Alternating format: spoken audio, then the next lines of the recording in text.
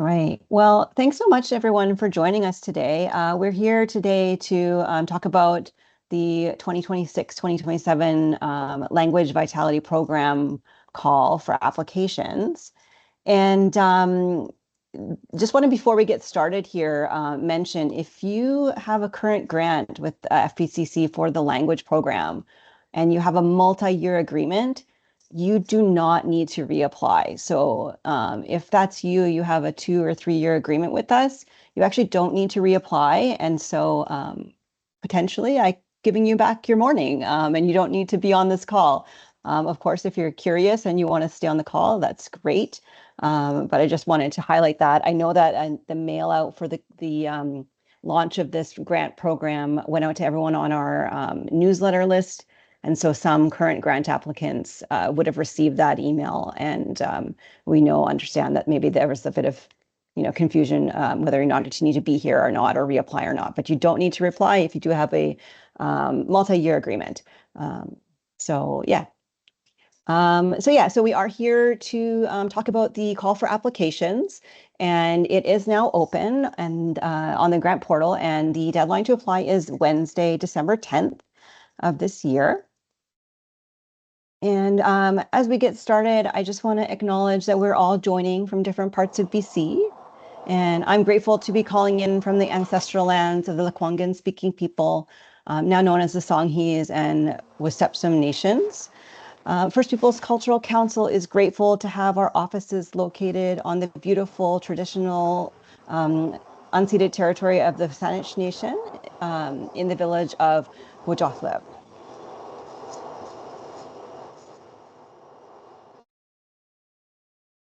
Today I'll be your host for the webinar, and my name is Stephanie. I am non-Indigenous. My heritage is Chinese and German on my father's side, and Italian on my mother's side. I'm one of the 3 Language Vitality Program coordinators with the program grant, and my team specifically supports the strategies that used to fall under the Pathways to Language Vitality grant. A little later on in our webinar, we'll touch on those strategies in more detail. I come from many years of work in nonprofit operations and programs and a lot of administration work. Also on our call is Lindy Harrigan, and Lindy is one of our program associates for the Language Vitality Program. Lindy, maybe just give everyone a little wave. Lindy and our other program associates are often the point of contact as you apply for grants and through the application process. So it's very possible that you will talk to Lindy at some point in this coming weeks and months. So during our time together today, we'll be sharing the details of the 2026-2027 Language Vitality Program grant. We're going to touch on the following, a few highlights of the actual program and some changes we made last year, the different funding categories and eligible strategies, the application process, and support and eligibility documents required with your application. We will also, hopefully, if there's some time, we'll have time for questions at the end. But we will also have some upcoming drop-in question times that I'll share that information a little later in the webinar. If you're new to grants with FPCC, I just thought I'd briefly touch on who we are. So the First Peoples Cultural Council, or FPCC, is a provincial crown corporation formed by the government of British Columbia in 1990 to administer the First Peoples Heritage, Language, and Culture Program. The First Peoples Cultural Council is supported by legislation, and the mandate is to assist BC First Nations in their efforts to revitalize their languages, arts, cultures, and heritage. FPCC is committed to providing communities with a high level of support and quality resources, and the cultural heritage and the living expression of Indigenous identities is integral to the health of all members of Indigenous communities, as well as to the well-being of all British Columbians. To learn more about our work and the communities and individuals we support, we encourage you to take a look at our annual report, which Lindy is going to put the link in the chat. And just how it's important to kind of know how FPCC is different. So FPCC in many ways is more than just a funder. So we do provide grant recipients with many training opportunities, community resources and coaching and assistance working directly with you. We do work together with communities to help you reach your goals for revitalization. Um, we serve the 36 First Nations languages of British Columbia. So that includes 204 First Nations communities in different Indigenous language and education Indigenous cultural language and education centers, Indigenous organizations, and Indigenous community groups. Current grant recipients with the language program who are approved for a one-year funding agreement that ends in March are eligible to reapply. And as mentioned earlier, if you do have a multi-year agreement, you don't need to reapply and actually aren't eligible to reapply in this call for funding because you have 2 years or 3 years of funding already approved. So last year we made some pretty exciting changes and launched sort of a combined grant. These changes were in response to communities' requests to reduce administrative work and have increased flexibility and sustained reliable funding that can support programs over many years. This change combined several of FPC's separate language grants, which means to do any of the work under those grants, you now only need to do one application form, and you'll only have one funding agreement and one set of reports, as opposed to 2 or 3 grants with 2 or 3 applications and 2 or 3 sets of separate reports. We believe that these changes support all of us to move toward a shared goal of holistic funding model that's based on communities' long-term plans and goals for their languages. Next, I'll speak a little bit more about the language program's strategies and the 4 funding categories. The strategies available to apply for under the Language Vitality Program come from our 4 language programs for organizations that were previously the separate grants with their own applications and reports, as I mentioned. These 4 programs and all the strategies have been woven together and are available through this one program with the one application. So this is allows for greater flexibility and a more customized approach to your work. The programs include what used to fall under the Pathways to Language Vitality Program, the Language Technology Program, the Reclaiming My Language Program, and the Language Revitalization Planning Program. Funding for the grant is available in 4 different categories, and these funding categories are expanded from the Pathways to Language Vitality Program, and they respond to the varying levels of experience and program growth in communities across the province. The 4 funding categories are Rise, Roots, Grow, and Flourish.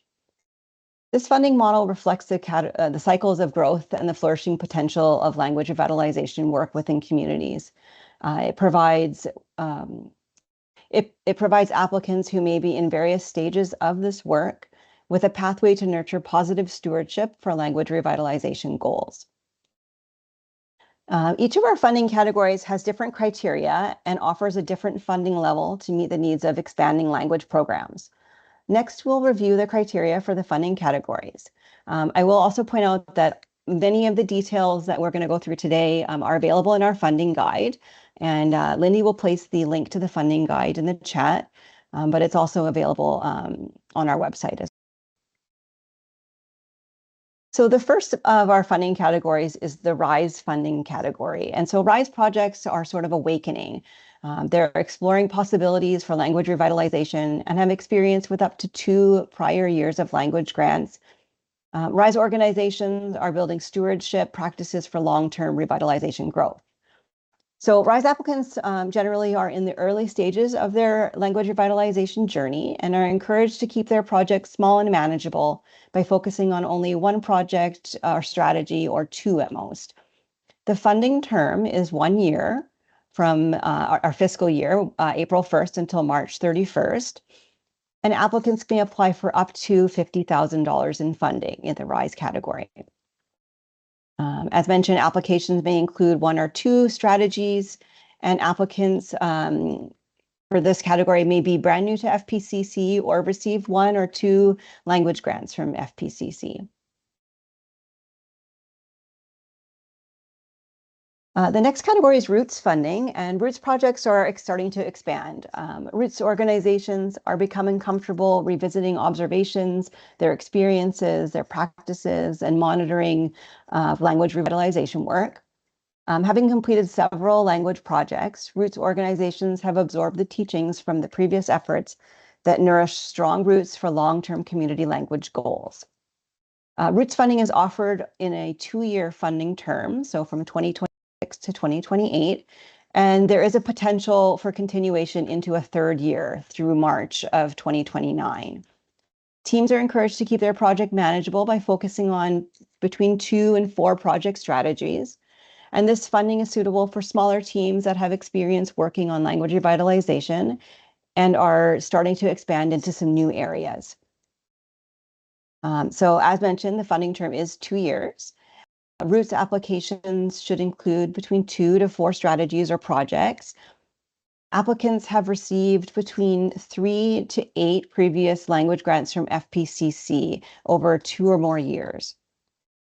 Applicants have at least 1 staff member who's dedicated full-time to the delivery of the project.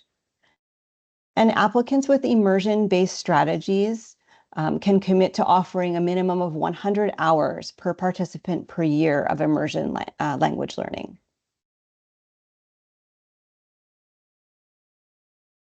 Our next funding level is the GROW funding level. And GROW organizations are established with extensive experience with multiple language strategies. GROW organizations have established language programs and practices that are spreading throughout the community. GROW organizations can steward complex plans with many moving parts to achieve community language revitalization goals. GROW funding is also offered with a 2-year funding term and the potential for a 3rd year through March 31st, 2029. And this GROW funding level can include multiple strategies. It is $200,000 per year. And this funding is suitable for groups that have begun or are about to begin the process of developing a strategic language plan with their community. So this is sort of a critical part of the GROW application, is that a strategic language revitalization plan development must be a strategy in this funding level. And so you can do that strategy to either begin developing or continue developing or working on your language plan. And we're going to put some links in the chat to more information about FPCC's strategic language revitalization planning. So there's a toolkit with helpful resources. There's also a video that our language revitalization planning team have put together. And we will talk about that strategy in more detail a little later on in the webinar today. Applicants applying for GROW funding should have received 9 or more language grants from FPCC over 5 or more years. We do ask applicants to have a core project team of 2 or more people and at least 1 staff member dedicated full-time to the delivery of this project. Applicants with immersion-based strategies in GROW funding can commit to offering a minimum of 200 hours per participant per year of immersion language learning. Applicants need to demonstrate in this funding category at least 1 active partnership with another department, organization, or community that will contribute meaningfully to the implementation of their proposed activities. And I will touch on kind of what partnerships and collaboration looks like with the application in just a moment.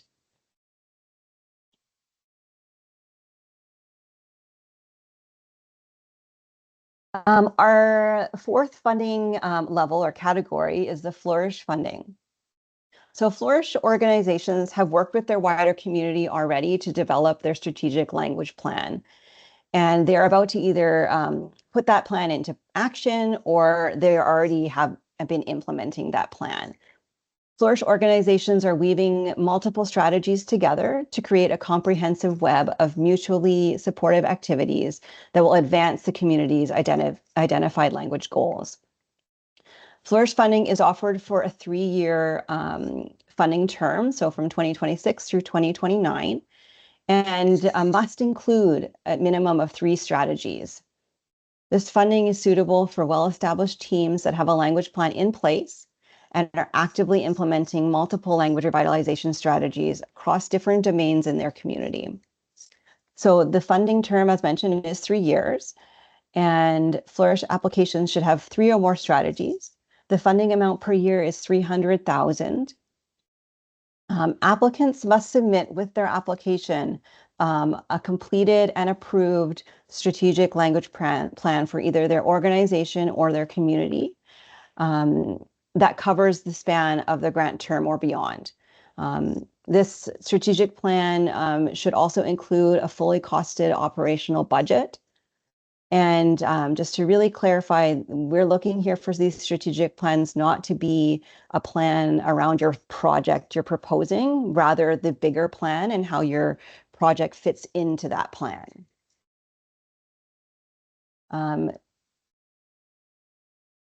And I did share, we did share all those links. So again, those links that Lindy sent out will have lots of information about the plans. Applicants who are applying for Flourish should have received 10 or more language grants from FPCC over 5 or more years. And applicants have a language department or a language team with at least 3 positions dedicated full-time to the delivery of their plan. Applicants with immersion-based strategies can commit to offering a minimum of 400 hours per participant per year of immersion language learning. And applicants need to demonstrate, again, at least one active partnership or collaboration with another department, organization, or community that will contribute meaningfully to the implementation of the proposed activities. So now that we've shared about these funding categories, we'll move into different language revitalization strategies and speak to the partnerships and collaboration a bit. So for both the Grow and Flourish funding, you do need to demonstrate there's a partnership or collaboration within your project. So that can take many forms. Partnerships could be with another First Nation, another organization, or an internal department. And some of the examples that we've kind of seen include collaborative work on different strategies within your proposed project, the sharing of resources and materials created from your project, participants who are attending your proposed programs coming from other departments, organizations, or communities, gatherings, holding gatherings that will reach beyond your community or your organization, and engagement or consultation with other communities who share the same language. And it's not just there. You can, if you have another way your partner are collaborating, you can, go from there. Those are just some examples. So moving on to the strategies. So there are many eligible strategies under this language program grant, which is awesome. So FBCC has a few what we're going to call FBCC-led strategies, and those are more structured, have specific requirements, training, and some of them have course material. And those ones are basically the ones that used to be separate grants. And so that includes the strategic long-term revitalization plan development, and that would be for your Grow category, but you can also be doing that in any of the other funding categories. First Voices, and they're Reclaiming My Language, a course for silent speakers. Language Nest also has some specific requirements around that strategy as well.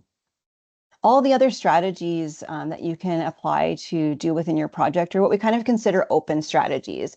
And these are either participatory or resource-based. Open strategies allow for communities to implement their language work in that aligns with your unique goals, your needs, and your capacity. So communities proposing open strategies can still access various training opportunities and resources throughout the grant cycle. And these strategies include language immersion, classes, gathering and camps, mentor-apprentice type programs, other silent speaker type programs, and then resource type strategies would be things like recording and transcription, digitization, managing archives, or developing language resources.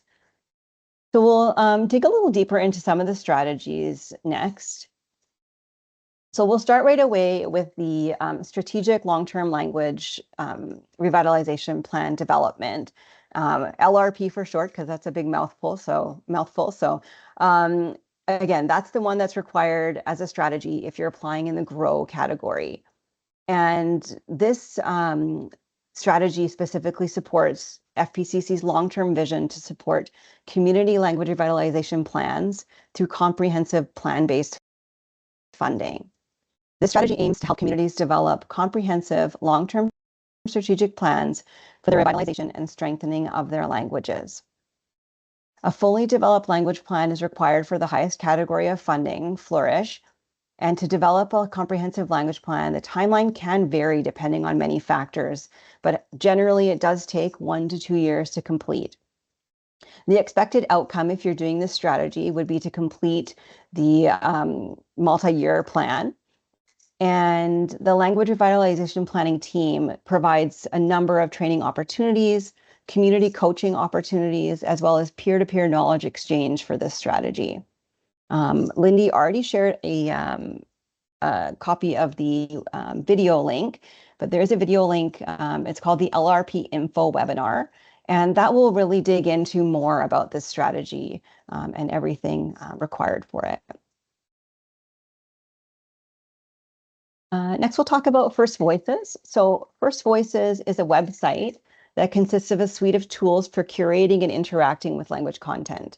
So recently, First Voices was revamped to provide language teams with even more control over how language content is organized, making it easy to integrate with other elements of your language program. So whether you're documenting for curriculum or a story or digitizing songs from audio cassettes, your content can have a home on First Voices. The expected outcome in this strategy would be to either create a new First Voices website or continue working on your existing site and adding more content or just building it out. The timeline for the strategy is ongoing because you can keep it going for as long as you're doing your work and expanding your work. The language technology program team provides a range of training opportunities and resources if you're choosing the First Voices strategy, including, I believe it's quarterly webinars. They do some in-person and web-based training. They also sometimes do site visits to help support you getting going, and they have a huge knowledge base of information to support your work. The Reclaiming My Language, a course for silent speakers strategy, is for people who understand but do not speak their First Nations language. So this is a course, and it's a structured 10-week course for silent speakers led by a community and mental health coworker. This course is based on a successful program that was developed in Norway and Sweden for and by Indigenous Sami people. And the model uses cognitive behavioral therapy, or CBT, to support silent speakers to overcome blockages about using their Indigenous language in their communities. Cognitive behavioral therapy explores the connection between how we think and how it affects our behavior or actions. It helps move thoughts that may be blocking the language so silent speakers can begin speaking their language. This course is trauma informed, but does not ask participants to share or disclose their trauma. The expected outcomes of running a Reclaiming My Language strategy includes that silent speaker participants reclaim their language and begin speaking again. Silent speakers have an opportunity to build connections, and silent speakers have become more involved in language happening in their community. The timeline to prepare and run a Reclaiming My Language strategy is 4 months. And this includes a required training for instructors and the 10-week course. Generally, it can be run once per fiscal year, and the training dates do get scheduled by FPCC. It's important to note that generally for this strategy and running this course, we do suggest that the budget is in the range of 35 to 50,000. So it is something could be done in a RISE grant or any of the other grants, but just keep that in mind if you're thinking about potentially wanting to do one of these courses. And our team will help communities if they don't have contacts for mental health instructors. We can help support you in finding an appropriate instructor to work with your community co-instructor to run this course. So now I'll kind of speak to the Language Nest program. So language nests for preschool age children are considered language immersion for children 0 to 5. A language nest program can be operated as a licensed or unlicensed home-based program, a preschool or a kindergarten in an existing band school, or as a part of a Head Start program or a daycare. The requirement that must be met as a language nest includes that children are immersed in the language for a minimum of 15 hours per week for 6 or more months. There must also be a minimum of 2 proficient speakers in the nest at all times. And the child to speaker ratio should be a maximum of 1 speaker to every 5 children. However, we found that a ratio of 1 to 3 is kind of preferred for more learning. There are several online resources, lots of training opportunities, webinars, and peer-to-peer knowledge exchanges for those running language nests. And the expected outcomes include a demonstrated progression of language learning throughout the year. If you're considering doing a language nest strategy, but aren't really sure if you can meet all of those requirements, when you do your application, there's a strategy that says other language learning program, and you can put your nest under that program if you maybe can't meet some of the requirements for a specific language nest. Okay, so now we'll look at the other sort of open strategies for participatory activities. And again, these strategies allow you to implement the work how it aligns best with your unique goals, needs, and capacity. And so these strategies include language immersion programs for either adults or school-age children and other language immersion type classes. If you're doing language immersion, there are minimum hours required per participant to be eligible for certain funding categories. So for Roots, it's 100 hours per participant per year. For Grow, it's 200 hours per participant per year. And for Flourish, it's 400 hours per participant per year.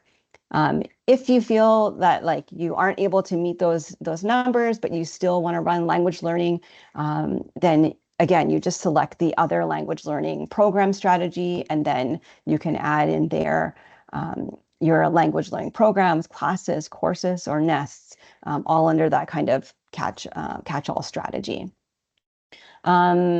Just want to also highlight that when you complete your application, there will be a worksheet if you're doing language learning or language immersion.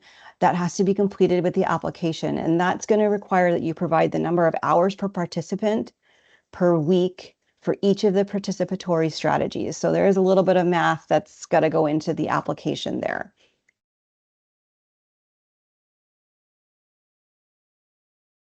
The next participatory strategies are language camps. So this strategy can include language camps for any ages in your community. However, language must be a focus of the camp and be present in the different camp and cultural activities you're planning.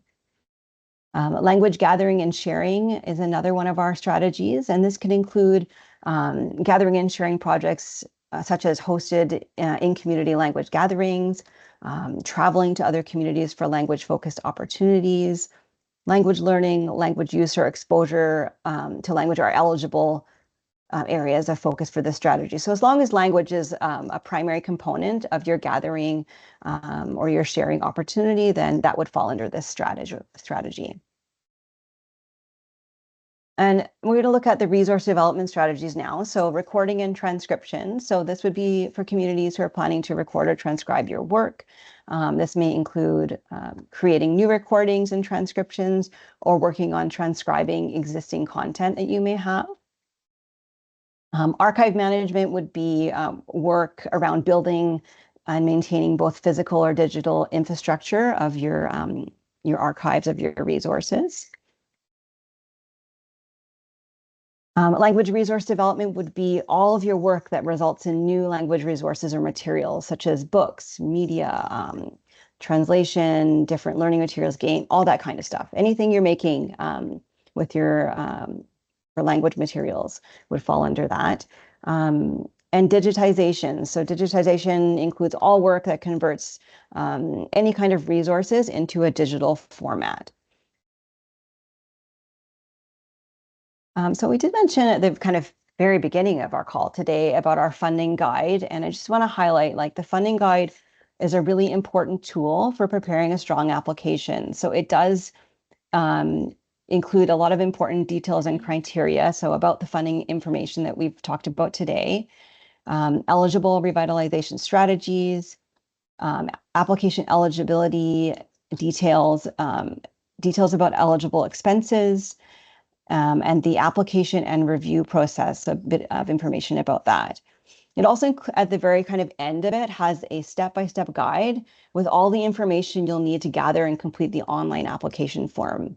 So we do recommend that you review the funding guide if you have some time to, and use it as a tool to complete your application. I think Lindy has already, or if not, she will put the chat for that in the the link for that in the chat. Right. So to submit an online application, we do use our grant portal, and the language grant is now open on the grant portal. The image you see here on the screen is our login screen. So if you already have an account, you just simply need to log in. But if you're new to FPCC, you just need to link the Create Personal Profile button on the right-hand side of your screen. And if you had a can't remember your password or login information, you just hit that trouble logging in button. If you have multiple people who are going to be working on your application, or if you're new to FPCC, a part of our process with our applications and reports is that your signing authority and your finance contact review your application and your reports.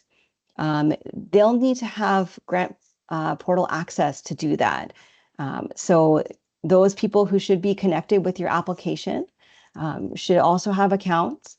And once you have your account set up and you've submitted your application, our team can make sure everyone is connected to your application and your reports and all your pieces. So connecting with our team to make sure that you're all connected is an important step when you have a new grant with us. And I believe Lindy's going to put the link to the login page in the chat as well. So once you have access to the portal, you can start your draft application. And so it's not a one-shot thing. You don't.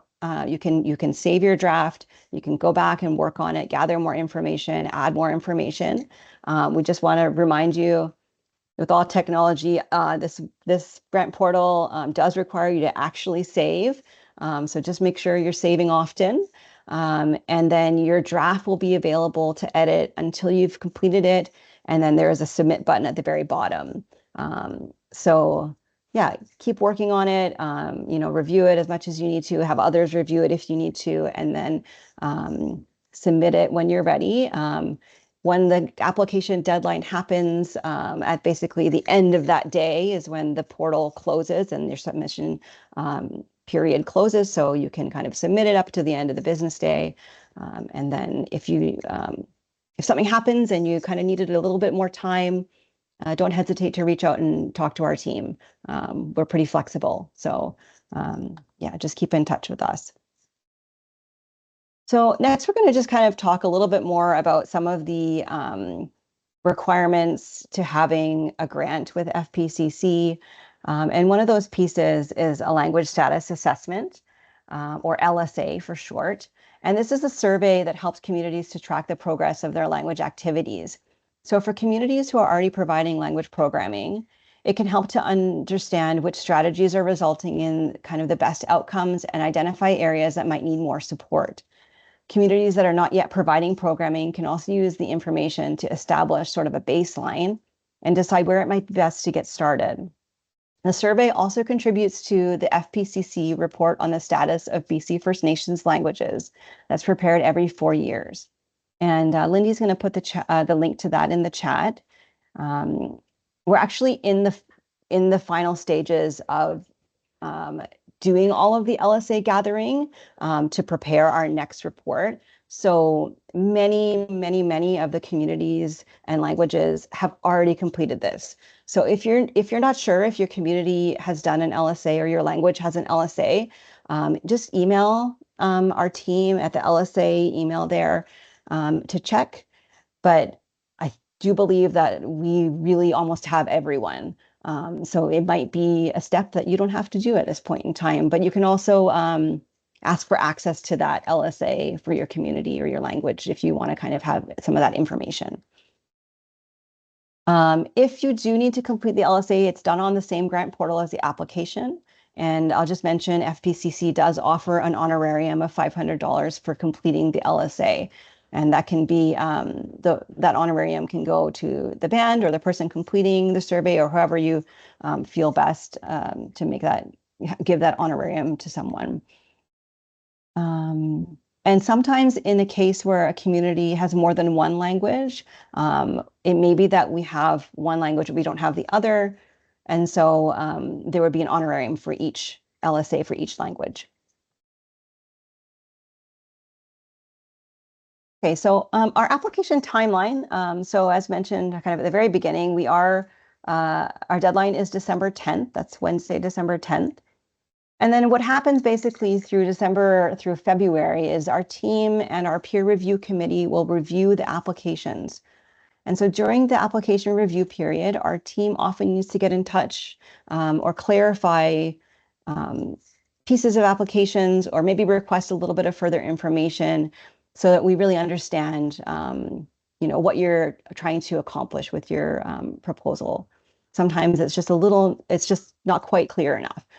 And so if, as after you submit, it is kind of over the holiday season and the winter season there. So it's important to just make sure we have a contact that can be reached by FPCC if you're going to be away or there's changes. So just make sure you let us know if there's any changes in contact during that period of time. For example, some of the reasons that we might be reaching out would be just to clarify different parts of your application. We might also be requesting any missing letters of support or approval or updated letters if the ones submitted maybe weren't dated or signed. Or if you're new to FPCC, we may also be requesting some further sort of eligibility documentation for your organization. And then in late February, after we've done all of our review and our peer review has met and provided their funding recommendations, we'll be sending out notifications. So the letters would contain notification of your grant application status. And sometimes they'll have some conditions and some feedback that need to be met prior to funding agreements being issued. Ensuring that your primary or additional contact is available, as mentioned, just during that time is really important to the grant approval process. So a little bit more about our peer review process. So once the submission period closes, all received applications will undergo a peer review process. And this is where a committee made up of community language champions from around the province will make funding recommendations based on their evaluation of the impact and feasibility of proposed projects. So the peer review committee looks for a fully fleshed out application that demonstrates expertise and capacity for the language work that you're proposing. So we really are looking for you to tell the PRC in your application, like, what are you doing? How does your project proposal fit into the current context of the language work in your community? Showing them that there's community support in your application and that your project will include community participation or consultation, or as a result of it, community will have more access to materials created is really important. We also suggest you tell the PRC a little more about how you will do your work. So being clear and concise about your objectives and deliverables, providing in-depth information in your work plan and your budget. So for your timeline, for example, if you're planning to do some language classes in the fall, giving those dates and months and times and all that information, the more detail that you can provide, the better idea they'll have of what you're trying to do. Another important piece of what the peer review committee will be looking for is just demonstration of your level of preparedness, and considering how you'll mitigate any risks in your project. And finally, telling the PRC what your expected results are. How will your project work towards language revitalization in your community? What does success look like to you in this work that you're proposing? So there's more information about this and how applications are evaluated in our funding guide. So next we'll talk about community support and governance approval. So a part of your application does require some supporting documentation. So FPCC, as mentioned earlier, we're committed to demonstrating accountability and transparency in our processes and within the delivery of funding. And we have an accountability and a reciprocity to BC's First Nations communities as expressed in our mandate and vision. So ensuring that community support is there for project is an important and required part of the application process. Letters of support and approval documents are required, and they must be current, they must be dated and signed, and you'll have to upload those with your application. So those for First Nations or bands, a letter of support from supporting departments, organizations, or other First Nations communities are great. And a band council resolution or a letter of approval by the chief, the band manager, or chief counselor are also required. And for societies, demonstration of support from a local First Nation whose language is the focus of the application. So this may be in the form of a band council resolution or a letter of support from a chief or council member, or a letter of support from an established First Nations organization that is currently an FPCC grant recipient. As well, a letter of approval from your executive director or general manager of your society or organization. So all of those pieces are required for all applications. In addition to community support and governance approval, organizations and societies are required to provide documentations that they're in good standing. So all societies and organizations must include a list of their current board of directors, indicating the First Nation of each board member, and at least 65% of that organization's board of directors must identify as a BC First Nation member.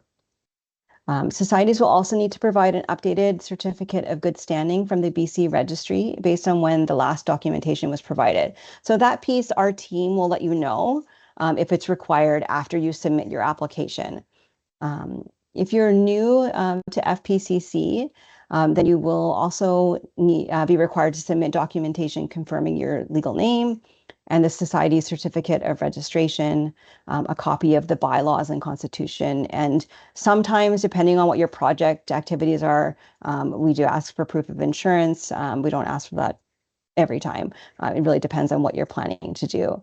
And as well, as mentioned earlier, ensuring that an LSA is completed for the community served by your project. Our program timeline, we'll just review what it looks like once you've got your grant. So April 1st is when activities begin for the grant term. And sometimes the process after getting your approval and, kind of finishing up any kind of pieces that were missing from your approval or feedback pieces that we need to gather from you can take a little while. And so as long as you're approved, you can start activities April 1st. And then the first kind of period, our interim period, ends September 30th.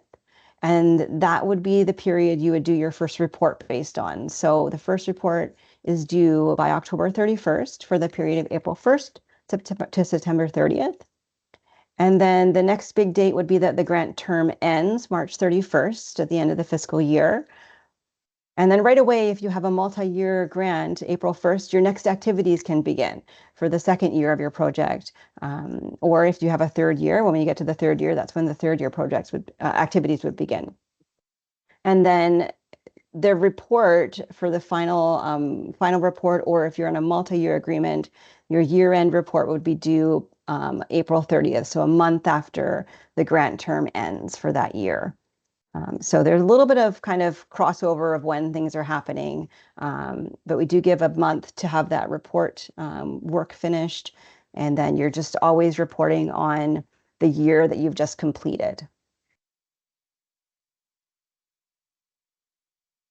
So we're kind of wrapping things up a little bit here at the end. So we'll quickly review the next steps. So um, we really suggest that you do take some time to read the funding guide and the different requirements. You want to get logged into the grant portal and take a look at that application, set up your accounts, link anyone else that needs access to the grant portal. Start to gather your required documents and start working on your draft application. As you work on your application, if there's questions that come up, you can always email our team, or there's two different Q&A sessions happening. So they are October 23rd and November 6th, and those are from 10 to 11 in the morning. And Lindy's going to put links in the chat for those as well. And you can just drop in. It's just a drop-in time. There's not really a webinar content at all. It's just time with our staff who are there to answer any questions. Um, and then the application submission period closes December 10th. Great. Okay. Well, if there are other questions, or if questions do come up, we do have those two drop-in sessions coming up. And our team is happy to help you also at the email there anytime. Yeah, so I wish you all the best with your application, and I really appreciate all of your time, and thank you for your commitment to your work.